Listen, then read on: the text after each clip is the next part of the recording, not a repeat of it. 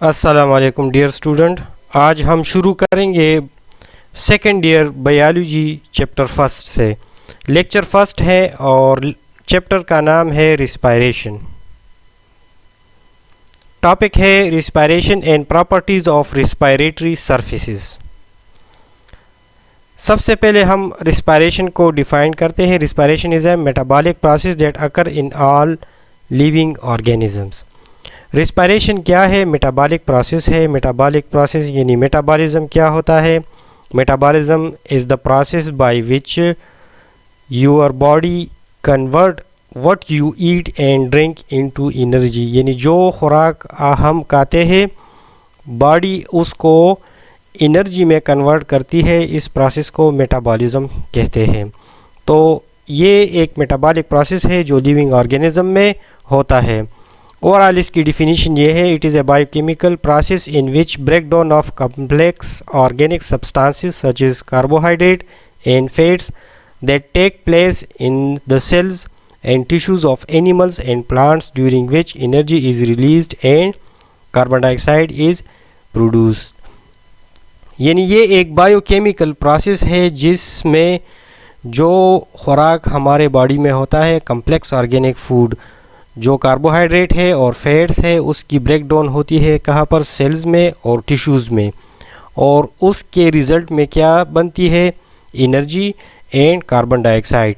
Carbon dioxide को exhalation के दौरान हमारे बॉडी से रिमूव किया जाता है और एनर्जी हमारे बॉडी में स्टोर होती है in the form of ATP या एडिनोसाइन ट्राईफॉस्फेट, जो मुख्तलिफ सेल्स और बॉडी फंक्शंस में काम आती है। Respiration also involve the following process: inhaling of oxygen from the environment, यानी हम सांस लेते हैं तो ऑक्सीजन environment से हमारी बॉडी यानी लंग्स में आती है। exhaling of carbon dioxide from lungs to environment, जो carbon dioxide cells and tissue से ब्लड ट्रांसपोर्ट करती है टूवर्ड्स लंग्स में ट्रांसपोर्ट करती है। लंग्स से फिर वो सांस खारिज करने के दौरान खारिज होती है जिस्म से, तो इसको एक्सहेलिंग ऑफ कार्बन डाइऑक्साइड कहते हैं। Exchange of gases, exchange of two gases यानी दो गैसेस की एक्सचेंज होती है लंग्स में, कार्बन डाइऑक्साइड और ऑक्सीजन। कार्बन डाइऑक्साइड जब सेल्स एंड टिश्यू से ब्लड ट्रांसपोर्ट करती है लंग्स में, तो वहाँ पर ब्लड इसको छोड़ती है और ब्लड वहाँ से ऑक्सीजन लेकर सेल्स और टिश्यू की तरफ ट्रांसपोर्ट करती है। तो इस किस्म की एक्सचेंज को एक्सचेंज ऑफ गैसेस कहते हैं। Transport of gases from lungs to tissues and tissues to lungs, ये वही एक्सचेंज ऑफ गैसेस है जिसमें ऑक्सीजन ट्रांसपोर्ट होता है लंग्स से सेल्स और टिश्यू की तरफ, और टिश्यूज़ एंड सेल्स से कार्बन डाइऑक्साइड की ट्रांसपोर्ट होती है लंग्स की तरफ। एक बात आपने नोट रखनी है कि फिजियोलॉजी में रिस्पायरेशन को किस तरह हम डिफ़ाइन करते हैं। फिजियोलॉजी क्या है इसको समझे। Physiology is the branch of biology that deals with the normal function of living organism and there parts. यानी बायोलॉजी की वो ब्रांच जिसमें हम किसी भी ऑर्गेनिज्म की बॉडी या उसकी बॉडी पार्ट्स की फंक्शन को स्टडी करते हैं, तो इसको फिजियोलॉजी कहते हैं। जैसे हमारे आँख की एक स्पेसिफिक फंक्शन है, कान की स्पेसिफिक फंक्शन है, हाथों की फंक्शन है, तो जब इसकी फंक्शंस को हम स्टडी करते हैं तो इसको फिजियोलॉजी कहते हैं। और फिजियोलॉजी में रिस्पायरेशन को एक अलग तरीके से डिफ़ाइन किया जाता है जिसमें डिफिनीशन कुछ इस तरह होती है। Respiration is the movement of oxygen from the outside environment to the cells within tissues and the removal of carbon dioxide in the opposite direction, that is to the environment। यानी inhalation और exhalation. Inhalation के दौरान oxygen जिस्म में आता है lungs में और लंग्स से फिर ट्रांसपोर्ट होता है सेल्स की तरफ और टिश्यूज़ की तरफ, और सेल्स और टिश्यू से कार्बन डाइऑक्साइड ट्रांसपोर्ट होता है लंग्स की तरफ और लंग्स से फिर एक्सहेलेशन के दौरान बॉडी से रिमूव किया जाता है। तो इस प्रोसेस को रिस्पायरेशन कहते हैं। लेकिन रिस्पायरेशन दरअसल एक बायोकेमिकल प्रोसेस है जो सेल्स में कंप्लीट होता है। रिस्पायरेशन के दो टाइप है, एरोबिक रिस्पायरेशन और एनएरोबिक रिस्पायरेशन। एरोबिक रिस्पायरेशन कौन से है? It is a type of cellular respiration that take place in the presence of oxygen to produce energy. यानी ये सेल के अंदर होता है, इसीलिए इसको सेलुलर रिस्पायरेशन कहते हैं और ये ऑक्सीजन की मौजूदगी में होता है। इसमें ग्लूकोज के साथ ऑक्सीजन मिलता है और carbon dioxide water plus energy produce करता है। ये एनर्जी एटीपी फॉर्म में होती है और कार्बन डाइऑक्साइड को बॉडी से रिमूव किया जाता है एक्सहेलेशन के दौरान और एनर्जी को स्टोर किया जाता है जो मुख्तलिफ सेल्स और बॉडी एक्टिविटीज़ में काम आती है। Anaerobic respiration, it is a type of cellular respiration that take place in the absence of oxygen to produce energy. यानी इसके लिए ऑक्सीजन का होना ज़रूरी नहीं होता है। ग्लूकोज की ब्रेकडाउन होती है अल्कोहल में, अल्कोहल फिर कार्बन डाइऑक्साइड में और एनर्जी में। एनर्जी बॉडी में स्टोर होती है और कार्बन डाइऑक्साइड एक्सहेलेशन के दौरान बॉडी से रिमूव किया जाता है।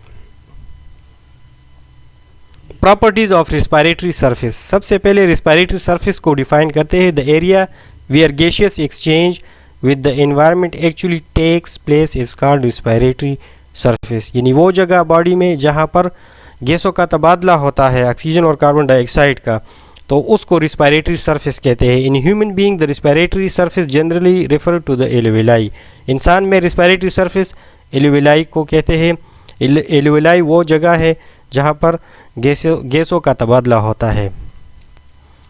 प्रॉपर्टीज़ इसकी क्या होनी चाहिए? It must be permeable to the gases. Permeable को हम लास्ट में डिफाइन करेंगे। It should be thin to allow diffusion effectively. ये नरम होनी चाहिए एल्वेलाई ताकि मॉलिक्यूल्स की या गैसेस की डिफ्यूजन आसानी के साथ हो। The respiratory surface must have a large surface area for maximum oxygen uptake in minimum time। यानी जितना सरफेस एरिया ज़्यादा होगा उतना गैसियस एक्सचेंज ज़्यादा होगा और जितना सरफेस एरिया कम होगा गैसियस एक्सचेंज उतना ही कम होगा। It must be richly supplied with blood vessels for maximum oxygen uptake। यानी एल्वेलाई के गिर्द जो ब्लड वेसल्स की नेटवर्क होती है वो ब्लड लाती है क्या?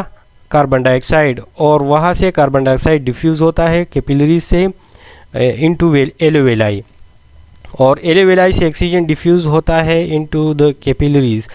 तो क्या होना चाहिए यहाँ पर कि ब्लड वेसल्स ज़्यादा हो, जितना ज़्यादा हो ज़्यादा ब्लड आएगा। जब ज़्यादा ब्लड आएगा तो ज़्यादा कार्बन डाइऑक्साइड आएगा और इसी तरह ज़्यादा कार्बन डाइऑक्साइड को बॉडी से रिमूव किया जाएगा और इसी तरह ज़्यादा ऑक्सीजन डिफ्यूज़ होगा एल्वेलाई से ब्लड कैपिलरीज में। There should be a good ventilation mechanism to maintain a steep diffusion gradient across the respiratory surface.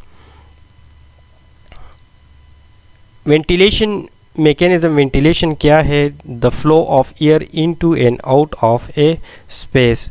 कोई भी स्पेस हो वहाँ पर हवा का आना और हवा का खारिज होना, तो इसको वेंटिलेशन कहते हैं। वेंटिलेशन मैकेनिज़्म को मेंटेन करने के लिए एक स्टीप डिफ्यूजन ग्रेडियंट का होना बहुत ही ज़रूरी है। अगर ये ग्रेडियंट ना हो तो वो डिफ्यूजन मैकेनिज़्म जो है वो फिर उसमें इंटरप्शन पैदा होगा। तो जितना स्टीप डिफ्यूजन ग्रेडियंट होगा तो उतना ही वेंटिलेशन प्रोसेस एक्टिव होगा। शुरू में जिस तरह हमने परमिएबल मेम्ब्रेन को एक्सप्लेन नहीं किया था, इसको पहले एक्सप्लेन करते हैं। मटेरियल और मेम्ब्रेन अलाउइंग लिक्विड और gases to pass through it. कोई भी मटेरियल या कोई भी मेम्ब्रेन जो किसी भी गैस या वाटर मॉलिक्यूल को अलाउ करती है कि वो इस पर से गुज़रे, तो इसको परमिएबल मेम्ब्रेन कहते हैं या परमिएबल मटेरियल कहते हैं। तो एल्वेलाई के लिए परमिएबल होना बहुत ज़रूरी है। परमिएबल ना हो तो गैसों का तबादला या गैसियस एक्सचेंज फिर नहीं होगा। एल्वेलाई क्या है? लंग्स की डायग्राम आप देख सकते हैं, इसमें आपको एल्वेलाई दिखाया गया है। एल्वेलाई क्या है? And point of respiratory system. Respiratory system शुरू होता है नोज से और ख़त्म होता है एल्वेलाई पे। यहाँ इस दूसरे डायग्राम में देखिए, इसमें आपको ये ब्लड कैपिलरीज भी नज़र आ रहे हैं। ये कैपिलरीज ब्लड से, यहाँ से जो ब्लड है इससे कार्बन डाइऑक्साइड और ट्रांसपोर्ट होती है कहाँ पे, या डिफ्यूज़ होती है कहाँ पे, एल्वेलाई में, और एल्वेलाई से ऑक्सीजन डिफ्यूज़ होती है कैपिलरीज में। तो यहाँ पर गैसियस एक्सचेंज होता है। ये देखिए, ये डायग्राम यहाँ पर ये ब्लू कलर में जो आपको नज़र आ रहा है, ये डीऑक्सीजनेटेड ब्लड है, यानी इस ब्लड में ऑक्सीजन नहीं होता है और कार्बन डाइऑक्साइड होता है। ये carbon dioxide cells and tissues से ट्रांसपोर्ट करती है, यहाँ एल्वेलाई में डिफ्यूज़ हो जाती है, और एल्वेलाई से ऑक्सीजन फिर ब्लड के साथ मिलती है, तो ये ब्लड ऑक्सीजनेटेड ब्लड बन जाती है, और फिर ये ब्लड दोबारा सेल्स और टिश्यूज़ की तरफ मूवमेंट करती है। अच्छा, बोर्ड के एग्ज़ाम में अगर पेपर में क्वेश्चन आ सकते हैं तो कुछ इस तरह क्वेश्चन आ सकते हैं। Define respiration, what are the properties of respiratory surface, और what is respiration, also write some properties of respiratory surface. तो इसकी आपने इस तरह डिफिनीशन लिखनी है। हमने शुरू में इसको एक्सप्लेन किया है, और ये प्रॉपर्टीज़ ऑफ रिस्पायरेटरी सरफेसेस है, इसकी प्रॉपर्टीज़ आपने लिखनी है। अगर रिस्पायरेटरी सरफेस की डिफिनीशन मांगी गई है तो आप लिखे, और अगर आप ना भी लिखे तो जस्ट प्रॉपर्टीज़ आप लिखे। लेकिन अगर आपके पास टाइम हो और आप लिखे तो आप मतलब ये क्वेश्चन अच्छा लगेगा। Subscribe the channel, press the bell icon, like the video and leave a comment in the comment section. Thanks for watching.